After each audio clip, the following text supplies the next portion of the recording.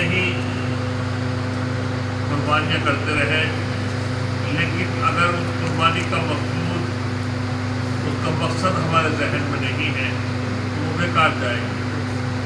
اگر گھمنڈ اور تکبر ہم نے قربان نہیں کیا، اپنی میں قربان نہیں کی، اور یہ میں کرنے والی بکریاں قربان کرتے رہے، بس صرف گوشت کھاتے رہیں گے اور کھلاتے رہیں گے، یہی ہوتا رہے گا، لیکن قربانی کا حق ادا نہیں ہو پائے گا۔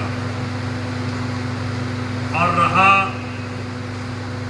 کربلا کا، کربلا اگر ہماری زندگیوں میں شامل نہیں ہوئی ہے، کربلا اگر ہماری زندگیوں میں نہیں آئی ہے، تو پھر ہم ہر سال تعزیے منائیں، علمداری کریں، نوحہ خوانی کریں، روئیں۔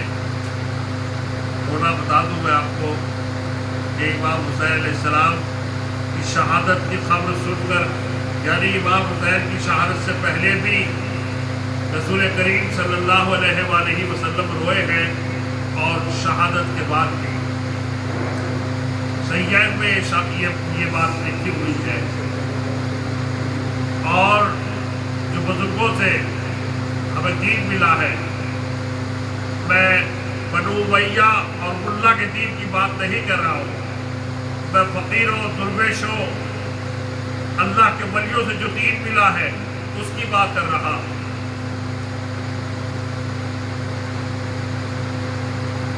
اگر ملا نے اس میں بنو امیہ کے دین کی آمیزش نہ کی ہوتی تو آج یہ برا حال نہ ہوتا،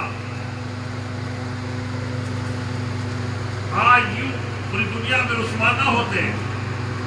تو میں کہہ رہا تھا کہ کربلا اگر ہماری زندگی میں شامل نہیں ہے، کربلا ہماری زندگیوں میں شامل کیسے ہوگی؟ اگر اب حضرت عباس کا دوحہ یہ پڑھا، عباس آ رہے ہیں، یہ حضرت امام حسین علیہ السلام کے بھائی ہیں، لیکن سوکیلے بھائی ہیں، آپ اندازہ کرتے ہیں، بھائی الگ الگ ہیں، لیکن کبھی بھی ادب دیکھ لے کہ اپنے بھائی کو بھائی نہیں کہا، آقا کہا۔ تو اگر چھوٹا بھائی یا سوکیلا بھائی اگر کربلا کو کرتا ہے منعقد، تازیہ داری کرتا ہے، نوحہ خوانی کرتا ہے، علمداری کرتا ہے، لیکن اپنے بڑے بھائی کا ادب نہیں کرتا، تو بیکار ہے اس کا ادب پاس کا ذکر کرنا۔ چھوٹے بھائی سے محبت اگر دیکھنی ہو تو امام حسین علیہ السلام کا محبت کرنا دیکھے۔ اگر باپ سے محبت دیکھنی ہو تو جناب علی اکبر کی قربانی دیکھے، جناب امام حسن امام حسین کی حیات طیبہ کو دیکھیں کہ جناب امام حسن علیہ السلام فرماتے ہیں کہ جب میں اپنے بابا علی کے ساتھ کھانا کھاتا تو کبھی پہلے لقمہ نہ توڑتا، بلکہ انتظار کرتا کہ میرے بابا علی پہلے شروع کریں، اور پہلے بوٹی کو قطعی ہاتھ نہ لگاتا کہ کیا معلوم میرے بابا علی کون سی بوٹی کھانا چاہیں گے، کون سی بوٹی پسند فرمائیں گے۔ یہ آداب تھے۔ کبھی داہنی طرف نہ بیٹھتے، بائیں طرف بیٹھتے، اور ہمیشہ آواز کو اپنے ماں باپ کے سامنے اپنی آواز کو پست رکھا کرتے تھے، نیچی رکھا کرتے۔ آج ہم کربلا کا ذکر کرتے ہیں، صرف ذکر کرتے ہیں، باقی ہمارے دلوں میں، گھروں میں کربلا نہیں ہے۔ ورنہ اگر زینب کا ذکر کرے اور حسین کا ذکر کرے اور بہن بھائی میں لڑائی ہو، ایسا ہو ہی نہیں سکتا۔ کربلا اگر پڑھنی ہے، کربلا سننی ہے، تو بہنیں حاصل کریں درس جناب زینب کی زندگی سے کہ بھائیوں پر کیسے قربان ہوا جاتا ہے، ماں جائوں کے لیے کیسے قربانیاں دی جاتی ہے۔ بھائی کو اگر دیکھنا ہو، جب وقت شہادت آ گیا، سب شہادت جانے لگے، امام حسن رخصت ہونے لگے، تو جناب زینب ہمیشہ ہاتھ کو بوسہ دیا کرتی تھی، لیکن جناب امام حسن کے گلے کو بوسہ دیا، اور جناب امام حسن نے رخصت ہوتے ہوئے حالانکہ ہمیشہ ماتھے پر، پیشانی پر بوسہ دیا کرتے تھے، لیکن آپ نے جناب زینب کے دونوں کلائیوں کو بوسہ دیا۔ جناب زینب نے کہا کہ بھیا بات سمجھ میں نہیں آئی، آپ ہمیشہ میری پیشانی پر بوسہ دیتے تھے، لیکن آج آپ نے میرے ہاتھوں پر بوسہ دیا، میری کلائی پر بوسہ دیا ہے۔ جناب امام حسین علیہ السلام نے کہا کہ زینب بھی تو ہمیشہ میرے ہاتھوں کا بوسہ لیا کرتی تھی، میرے دستے امام کے دستے مبارک چوما کرتی تھی، لیکن آج تم نے گلے کا بوسہ لیا ہے۔ ہمیشہ تم میری ماتھے کو چوما کرتی تھی۔ جناب زینب رو پڑی، کہا کہ مجھے وہ وقت یاد آ گیا، وہ پیشین گوئی یاد آ گئی جو بابا علی نے اور ڈالا نے کی تھی کہ کربلا میں میرا حسین بھوکا پیاسا 3 روز کا گلا کٹائے گا، تو میں نے آپ کے گلے کو اس لیے بوسہ دیا ہے کہ آخری وقت آپ کے گلے کو بوسہ دی گئی۔ تو امام حسین نے کہا کہ سنو زینب، کہ میں نے بھی تمہارے ہاتھوں کو اس لیے بوسہ دیا ہے کہ میرے بابا علی نے اور نانا نے فرما دیا تھا کہ ہماری اہل بیت کو قیدی بنا لیا جائے گا۔ میں نے تمہاری کڑھائیوں کو اس لیے بوسہ دیا ہے کہ ان میں ہتھکڑیاں پڑی ہوں گی۔ تو اگر کسی کو کربلا اپنی زندگی میں اتارنی ہے، بہنوں کو درس لینا ہے، لیسن لینا ہے، کوئی پاٹ سیکھنا ہے زندگی کا، تو زینب کی زندگی سے دیکھیں۔ اگر بھائیوں کو دیکھنا ہے، بہنوں کے ساتھ کیسا سلوک کرنا ہے، تو جناب امام حسن علیہ السلام کی ذات مبارکہ کو دیکھیں۔ اگر بیویوں کو درس لینا ہے کربلا سے، بیوی چاہتی ہے کہ کربلا سے کچھ سیکھے اور اپنے گھر ذکر کرائے، تو وہ قربانی دیکھے کہ شوہر کے لیے کس طرح قربانی دی جاتی ہے۔ جناب شہر والوں کی زندگی کو دیکھ لیں کہ جناب شہر والوں کی زندگی کیسی ہے، اور اگر شوہر کو دیکھنا ہے کہ بیویوں کے ساتھ کیا سلوک کرنا ہے، تو جناب حضور اکرم صلی اللہ علیہ وآلہ وسلم جناب امام حسین علیہ السلام کی حیات طیبہ کو دیکھیں تو آپ کو معلوم ہو جائے گا۔ نوجوان بیٹے کو اگر کربلا سے درس لینا ہے تو ولی اکبر کو دیکھ لیں، بھتیجوں کو اگر درس لینا ہے تو جناب قاسم امام حسن کے بیٹے سے دیکھیں، بچیوں کو اگر سیکھنا ہے تو جناب سکینہ اور جناب کبرا سے سیکھ لیں۔ کربلا صرف زبان لینے کا نام نہیں ہے، کربلا اپنی زندگیوں میں اتارنے کا نام ہے۔ جب تک کربلا ہماری زندگیوں میں نہیں اترے گی تو کربلا کا حق ادا نہیں ہوگا۔ ثواب کے لیے سارے کام کرتے ہیں ہم، ثواب تو وہ دے ہی دے گا، ثواب تو مل ہی جائے گا، لیکن زندگی کیسی ہونی چاہیے؟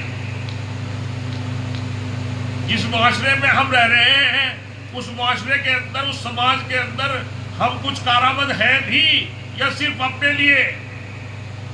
صبح جس طرح بھینس چارہ کھاتی ہے، بس دودھ دیا، چارہ کھایا، دودھ دیا، ہم صبح سے کام پہ نکل گئے اور آ گئے اور خرچ کر دیا اپنے اوپر، یہ ہماری زندگی ہے؟ یہ تو اشرف المخلوقات والی زندگی نہ ہوئی۔ کیا ہم پڑوسیوں کے کام آئے ہیں؟ کیا ہم اپنے بھائی بھتیجوں، اپنے کنبے، اپنے خاندان، اپنے گاؤں، اپنے ملک کے لیے ہم کام آئے ہیں؟ ہم نے کسی کی کچھ خدمت کی ہے؟ اگر نہیں کی ہے تو بیکار ہے۔ زندگیوں کو اتار لو، اور یہ بھی ممکن ہے جب حضور صلی اللہ علیہ وسلم کی محبت زندگی میں اتر جائے گی۔ حضور کی محبت کتنی بھی ہو، کتنا بھی سخت کیوں نہ ہو، آپ کے اصول حضرت عمر سے زیادہ اصول کسی کے سخت نہیں ہو سکتے۔ آپ نے واقعہ سنا ہوگا حضرت عمر کا، اصول ہے آپ کے ساتھی بھی، مسجد نبوی تھی، سب کے مکان کے پرنالے مسجد نبوی کی طرف تھے، حضور پردہ فرما چکے تھے، حضرت عمر صدیق بھی پردہ فرما چکے تھے، حضرت عمر کا دور تھا، آپ نے سب کے پرنالے جو ہے بند کر دیے، کھلوا دیے کہ مسجد میں نمازیوں میں چھینکیں آتی ہیں۔ اوتھینٹک قصہ سنا رہا ہوں آپ کو، اس لیے کہ ہم کچھ سیکھ سکیں۔ حضرت عباس حضور کے چچا تھے، ان کے مکان کا پرنالا تھا، وہ بھی آپ نے کہا کہ اصول سب کے لیے ہے، انصاف سب کے لیے ہے۔ جب عباس کا نالا ہے، پرنالا ہے تو اسے توڑ دو۔ جناب عباس کو معلوم ہوا، حضرت عباس بہت غصہ ہوا، لیکن خاموش رہے۔ دیکھیے کہ جب بات رسول کی آ جائے تو اصول کا کیا بنتا ہے، اصول کیا ہو جاتے ہیں۔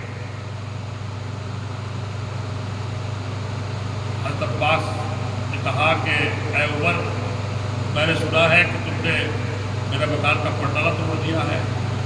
کہا کہ اے رسول صلی اللہ علیہ وسلم کے چچا آپ کے مکان کے 4 کونے ہیں, آپ چاروں کونوں میں سے اس کونے کے علاوہ کسی اور کونے میں پنڈال لگا دیں تو کیا حرج ہو جائے گا.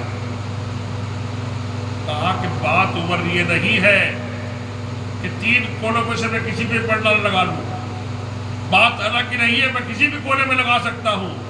بات یہ ہے کہ جب میرا مکان چلا جا رہا تھا تو اپنے چچا کی محبت میں رسول ادھر سے آ رہے تھے اور کہا کہ چچا کیوں نہ میں بھی کچھ خدمت کر دوں آپ کی. تو یہ پردالا حضور نے اپنے ہاتھ سے لگایا تھا میرے مکان کا اور تم نے وہ توڑ دیا. حضرت عمر نے اونٹ پر بیٹھ کر, اونٹ پر کھڑے ہو کر وہ پردالا توڑا تھا اور امیر المومنین تھے. 3 کانٹیننٹ پر اس وقت حکومت تھی.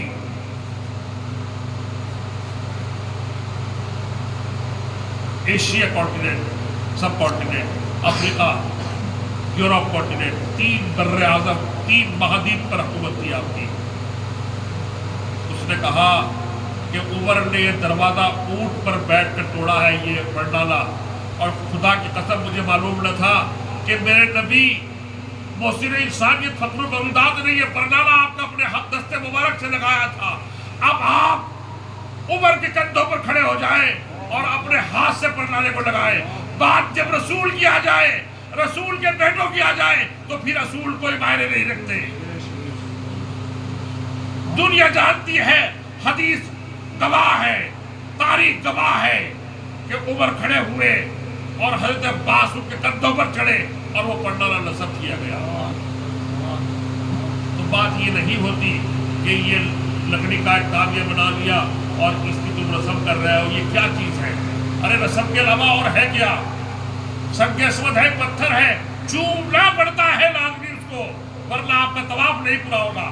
ہر چکر ایک چکر لگائیں آپ اور اس کو بوسہ دیں, اور اگر اسے بوسہ نہیں دے سکتے تو اسے آپ فلائنگ کس کریں.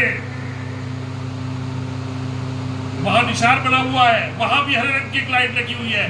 جیسے ہی آپ کعبے کا چکر پورا کریں گے وہیں پہ پورا ہوتا ہے. تو آپ دونوں ہاتھ اس کی طرف اٹھائیں, ایسے کریں اور اس کی طرف کر دیں. اگر آپ وہاں جا کر بوسہ نہیں دے سکتے, کیونکہ یہ بنا ہے کس کو دھکا دے, دھکا مکی کرے, کسی پہ چڑھے, اگر آپ نہیں جا سکتے بھیڑ کی وجہ سے تو آپ دور سے ہی اس کو بوسہ دے لیں, لیکن دینا پڑے گا. کس کو بوسہ؟ پتھر کو, سنگ اسود کو. پتھر ہے, کنکر مارنی پڑے گی. پتہ لگا شیطان کو نبی نے کنکر مارے تھے تو شیطان ابھی تک وہاں کھڑا ہوا تھوڑا ہی ہے, ویٹ تھوڑا ہی کر رہا کہ حاجی آئیں گے, ہاں مجھے کنکر مارے اور میں کر دوں. تو گیا اس ٹائم معاملہ تھا. وہاں اس جگہ وہ نشان یہ ہے, اللہ کو وہ پسند آ گیا. بہت سا آدمی دیکھا ہے میں نے اتنے جوش سے مارتا ہے, اور کنکر حالانکہ چھوٹی چھوٹی کنکریاں مارنے کا حکم ہے, موٹے موٹے ڈرے لے جاتے ہیں, اور بہت سا تو اپنے اپنی نئی جوڑی جوتے کی غصے کے اندر مار دیتا ہے تو سمجھتا کہ شیطان یہی کھڑا ہوا سامنے. اب یہ محبت کی بات ہے. میں نے یہاں شیخ پورے میں راؤ صاحب سے سنا تھا کہ مولانا اسد اللہ صاحب کے وہ مرید تھے, وہ مولانا اسد اللہ صاحب منع کر رہے تھے کہ تابعہ داری یہ مناسب نہیں ہے, اب اہل سنت کے یہاں تابعہ داری نہیں ہوتی. اور جنہوں نے ان سے واقعہ نقل کیا ان کے کچھ لوگ موجود ہیں, اور میں الزام نہیں لگا رہا ہوں. اور مولانا اسد اللہ صاحب کیونکہ میرے ابا کے پاس بھی آئے ہیں یہاں پر شیخ پورے میں, میرے دادا سید ناظر حسن صاحب زیدی, اور وہ آپس میں دوست تھے مولانا اسد اللہ صاحب, ناظم مدرسہ مظاہر العلوم, اور وہ کٹر شیعہ تھے. میرے والدہ کے خانو سید ناظر حسن صاحب پیر کوٹ کے, تو آپس میں دوست تھے.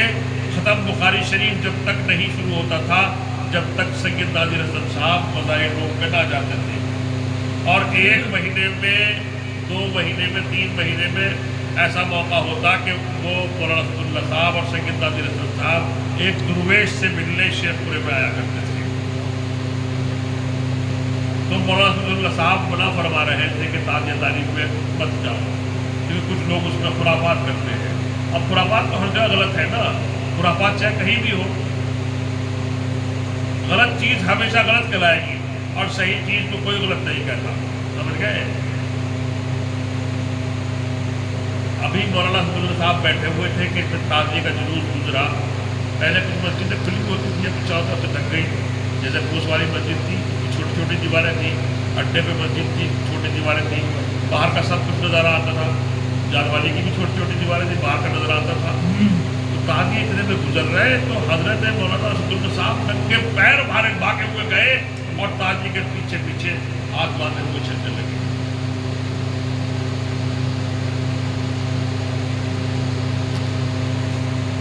جو میرے سے نقل کر رہے تھے اس واقعے کو، حالانکہ میں نے اوروں سے بھی سنا ہے واقعہ، لیکن مجھے بات دفعہ دلائل اور گواہ کیا جاتی ہے.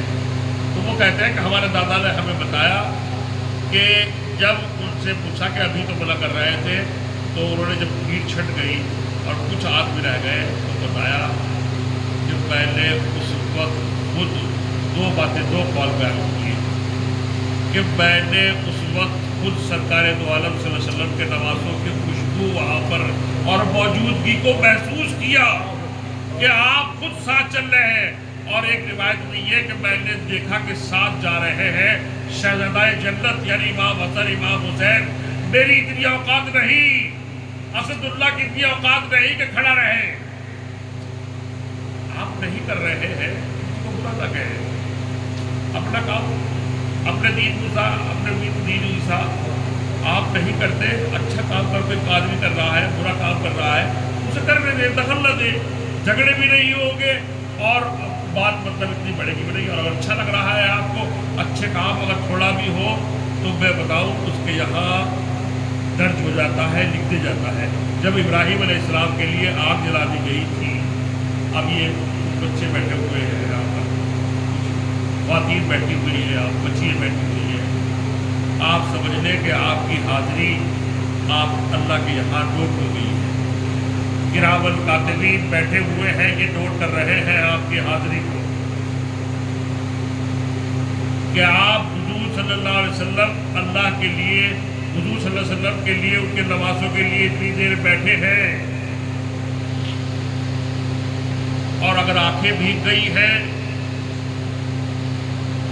کربلا کا سن کے تو سمجھ لیے کہ ہم نے اپنے گناہوں کو دھو لیا. وہاں کوئی فرق نہیں پڑتا. اب حضور کی شان بیان کرے پر افعال اللہ کا ذکر اللہ نے بیان کر دیا ہے. کوئی ان کی شان کیا بیان کرے گا، کیا بڑھائے گا شان؟ کچھ نہیں بڑھتی شان ان کی. ایسا ہی شہزادہ جنت ہے. رسول اللہ نے انہیں پہلے ہی سردار جنت بنا دیا ہے. وہ جنت کے جوانوں کے سردار ہے اور جنت میں کون نہیں ہوگا. تو یہ ان کو پہلے ہی مل چکا ہے اعزاز. ان کی ماں جنت کی عورتوں کی سردار ہے، تو کوئی اور کیا شان بڑھائے گا ان کی.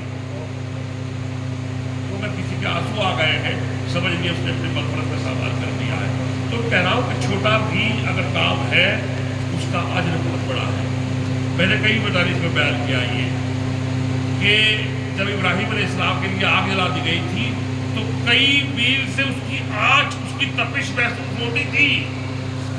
اور جنہوں نے آگ جلائی تھی نمرود نے، وہ بھی یہ ہمت نہیں کر پایا کہ اس آگ کے پاس جا کے جناب ابراہیم کو ڈال دیں. کلیل کے اندر بہت بڑی منجنیق کے اندر جناب ابراہیم کو رکھ کے جب پھینکا گیا تھا اس کے اندر، جا نہیں سکتے تھے. تو ایک گرگٹ کا واقعہ لکھا ہے، ایک چڑیا کا واقعہ لکھا ہے کہ ایک گرگٹ اس میں پھونک مار رہا تھا. آج تک گھروں میں گرگٹ نظر آتا ہے کسی کو مارنے. قتل المرجی قبل الوقت، کہ مرغی کو نقصان پہنچانے سے پہلے ہٹا دو. تو پھر یہ اچھا نہیں سمجھتے، لیکن ایک چڑیا دریا میں سے چونچ میں سے پانی لاتی ہے اور اس آگ کے اندر ڈال دیتی ہے. چڑیا اس کو مذاق اڑانے لگا، پاگل ہو رہی ہے تو یہ اتنے مہینوں سے آگ جلا رکھی ہے بادشاہ نے اور تم اس کو بجھانے سوچتے یہ بجھ جائے گی. تو نادان ہے، بیوقوف ہے، پاگل ہے. اب چھوٹا سا ذکر صحیح، ہم گھر کے ممبر صحیح بیٹھ گئے ہیں، لیکن آپ نے ثبوت دے دیا، ہم نے ثبوت دے دیا کہ ہم اپنا وقت، اپنا جان مال اللہ اور اس کے رسول اور اس کے رسول کے محبوب کے لیے قربان کر سکتے ہیں. ثبوت دے دیا. تو چڑیا کیا کہتی ہے؟ تاریخ بن گیا یہ جملہ. آج اتنے ہزار سال بیت گئے لیکن یہ مصرع اس کا یہ جملہ اس کا آج تک سن رہے ہیں آپ۔ اور اللہ کیا لکھا گیا، کہا کہ نادان گرگٹ کیا سمجھتا ہے کہ میں اتنی بیوقوف ہوں، مجھے پتا ہے کہ میرے چوچ کے پانی لانے سے یہ آگ نہیں بجھے گی، لیکن میں نے اللہ کے یہاں اپنا نام ابراہیم علیہ السلام کے طرفداروں میں لکھوا دیا ہے کہ میرا نام ابراہیم علیہ السلام کے طرفداروں میں لکھا جائے، اور تیرا نام نمرود کے طرفداروں میں لکھا جائے گا کہ تو آگ کو ہوا دے رہا تھا، اور میرا نام آگ کو بجھانے والوں میں لکھا جائے گا۔ مجھے پتا ہے آگ نہیں بجھے گی، تو ہمیں پتا ہے کہ ہم اللہ کی وحدانیت کا حق ادا نہیں کر سکتے، اس مالک کا اتنا آسان اتنی کرم نوازی ہے، اس کا شکر ادا نہیں کر سکتے، اس کے محبوب کی جان اتنی ہے کہ ہم بیان نہیں کر سکتے، اس کے محبوب اتنے شاندار کہ جنت سے جن کے لیے جوڑے آیا کرے، جب تختی لکھے تو تختی لکھنے کا فیصلہ جناب رسول خدا نہ کرے، تختی لکھتے ہیں حسن و حسین، لکھ کے جاتے ہیں نانا ہمیں بتائیے ہم میں سے کس کی تختی اچھی ہے، کس کا خط بہترین ہے، کس کی رائٹنگ اچھی ہے۔ وہ نانا جو ہر ایک کا مسئلہ حل کر دیتے ہیں، جو بیک وقت ہیلتھ منسٹر بھی ہے، جو بیک وقت ہوم منسٹر بھی ہے، ایکسٹرنل افیئرس بھی دیکھتے ہیں،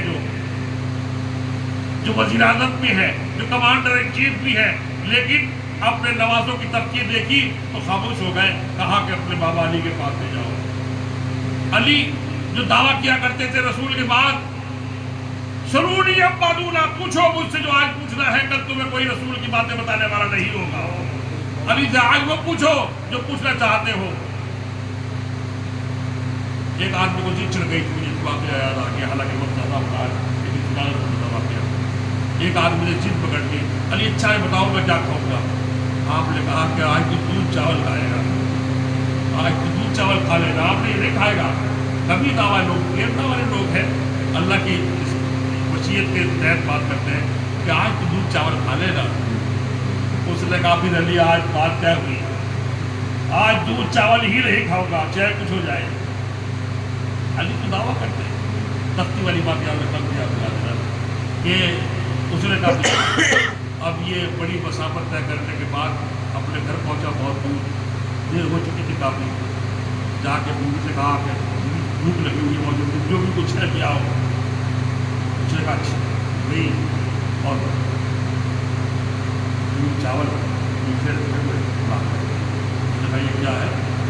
اس نے کہا آج آپ پکانے کے بعد میں دیکھ ہی گئے، دودھ بھی گئی ہے، میں نے محلے میں سب جگہ بانٹ دیا ہے دودھ، اور جو تھوڑا سا دودھ بچا اس میں چاول ڈال دیے، شام کو کچھ اور بنا لیں۔ تو کہا کہ یہ تو بتاؤ گا دودھ چاول، محلے میں پوچھ کے آؤ۔ اب ان کا دور تھا، لوگ کھجور کھا لیا کرتے تھے، شہد بھی سے کھجور کھا لیا کرتے تھے، اسی طرح پورا ہو جایا کرتا تھا۔ اب کی تھوڑا یہ ہے کہ ہم طرح طرح کے کھانے کھاتے ہیں اور ناک منہ مارتے ہیں ماں باپ کے سامنے، بہنوں کو اپنے آنکھیں دکھاتے ہیں، بہنیں لا کے لیے کھڑی ہے، ماں لیے کھڑی ہے، اور ہمارے نخرے سیدھے نہیں ہو رہے ہیں۔ تو محلے میں پوچھوایا گیا، کہا کہ بہن آج تم ہمارے یہاں دودھ دے گئی کہ ہم نے دودھ چاول بلائے ہیں اور دودھ چاول لے لو۔ اس کو خوشحال پورے محلے جا کے دودھ چاول بنا لو، جہاں گیا وہاں دودھ چاول ملتے، آخر مدینے سے باہر چلا گیا، اور حبشی لوگ جس میں حضرت بلال بھی جن سے تعلق تھا، وہ خاطرداری میں آج بھی بہت مشہور ہے۔ وہ قبیلے کے لوگ باہر ٹینٹ لگائے ہوئے تھے، خیمے لگائے ہوئے تھے، تو وہاں جا کے کہا کہ مجھے بھوک لگی ہوئی ہے، کچھ کھانے کے لیے دو۔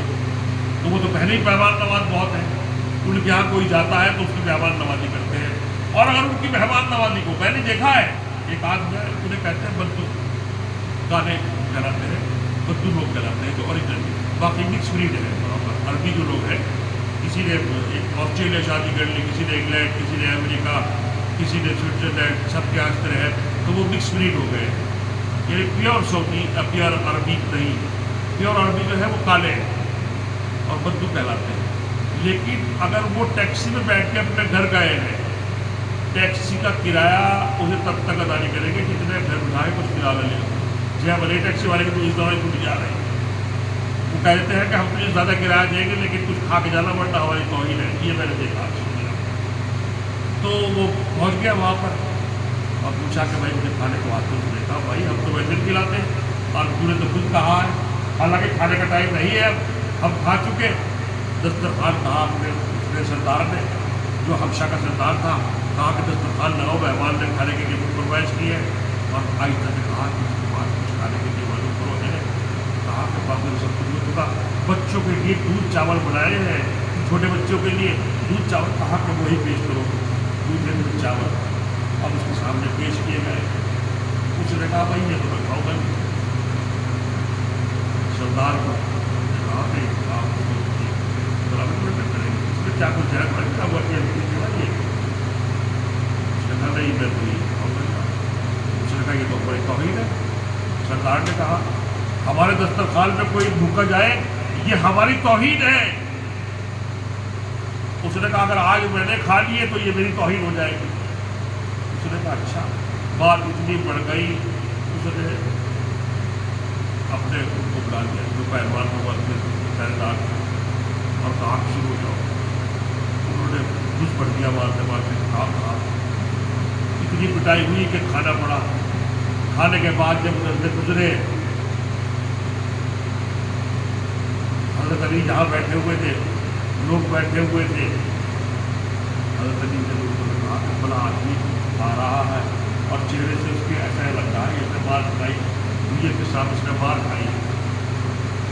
آپ نے کہا کہ اس نے دودھ چاول بھی کھائے ہیں اور مار بھی کھائی. جب ان کے پاس آیا سلام عرض کیا اور حضرت علی سے معافی مانگی. لوگوں نے کہا کہ اگر علی کا کہنا مان لیا ہوتا تو صرف دودھ چاول کھانے پڑتے مار نہ کھانی پڑتی. تو اگر ان سے محبت کرنا ہے ان کے طریقے پر چلنا ہے تو آج ہی چل لو. آج ہی موقع ہے ورنہ کل مار کھانے کے بعد معلوم ہوگا دوزخ کے اندر معلوم ہوگا جا کر. تو تختیے نانا نے انکار کر دیا کہ جاؤ اپنے بابا کے پاس لے جاؤ. علی جو کل کے حالات بتا دیتا ہے جو کہا کہ میں زمین سے زیادہ آسمان کے بارے میں جانتا ہوں. علی کے پاس تختی لے گئے حسن و حسین. کہا کہ نانا نے تو فیصلہ نہیں کیا بابا آپ فیصلہ کریں کہ ہم میں سے کس کی تختی اچھی ہے. وہ جو جنہیں لوگ مشکل کشا کہتے ہیں جن کے لیے جنگ کے اندر ناد علی آ گئی تھی لوگ چھوڑ گئے تھے حالانکہ انہوں نے معافی مانگ لی تھی. صحابہ کرام جید صحابہ کرام چھوڑ کر چلے گئے تھے حضور کو. تو اس وقت آیا تھا پکار علی کو جو کہ مظہر جائبات کے ہیں. یہ وظائف اشرفیہ میں بھی موجود ہے. حکیم الامت مولانا اشرف علی تھانوی کا پورا منصورہ میرے پاس رکھا ہوا ہے. تو وظائف اشرفیہ کے اندر داد علی موجود ہے. داد علی کے اندر لکھا ہے داد علی مظہر عجائب پکار علی کو جو کہ مظہر جائبات کے ہیں. تو علی جو کہ رسول کا ساتھ نہیں چھوڑتے اور جنہیں لوگ مشکل کشا کہتے ہیں لیکن جب بچے آ جاتے ہیں اپنے تو ان کے سامنے فیصلہ کرنا مشکل ہو جاتا ہے. کہہ دیتے ہیں بچوں جاؤ یہ بڑا مشکل کام ہے اپنی ماں کے پاس لے جاؤ فاطمہ کے پاس لے جاؤ جناب سیدہ زہرا کے پاس لے جاؤ. دونوں بچے جناب زہرا کے پاس لے جاتے ہیں اور کہتے ہیں امی جان وہ خاتون جنت خاموش ہو جاتی ہے اور اللہ سے دعا کرتی ہے کہ الہ العالمین مجھے کسی کا بھی دل توڑنا گوارا نہیں ہے نہ اپنے حسن کا نہ اپنے حسین کا. اب تو ہی فیصلہ فرما دے. جبریل امین 7 موتی لے کر آتے ہیں اللہ کے یہاں سے جنت سے. کہا کہ جس کی تختی میں 4 موتی گر جائیں گے اس کا خط اچھا قرار پائے گا اور 3 جس کی میں گریں گے وہ دوسرے نمبر پہ آ جائے گا. اب بشیت دیکھیے کہ بشیت ان کے کھیلوں میں ان کے کاموں میں دلچسپی لے رہی ہے کہ جبرائیل علیہ السلام وہ 7 موتی آسمان میں فضا میں اچھالتے ہیں. آپ دیکھیے کہ 3 موتی ایک تختی پر گرے 3 ایک تختی پر گرے ابھی 7واں آسمان میں ہے نیچے نہیں آ رہا.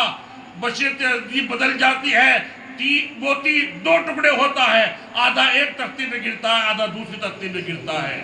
پتہ ہے چلا کہ اگر حضور ان کا دل نہیں توڑتے، علی ان کا دل نہیں توڑتے، فاطمہ ان کا دل رکھ لیتی ہے تو مشیت بھی ان کا دل رکھ لیتی ہے۔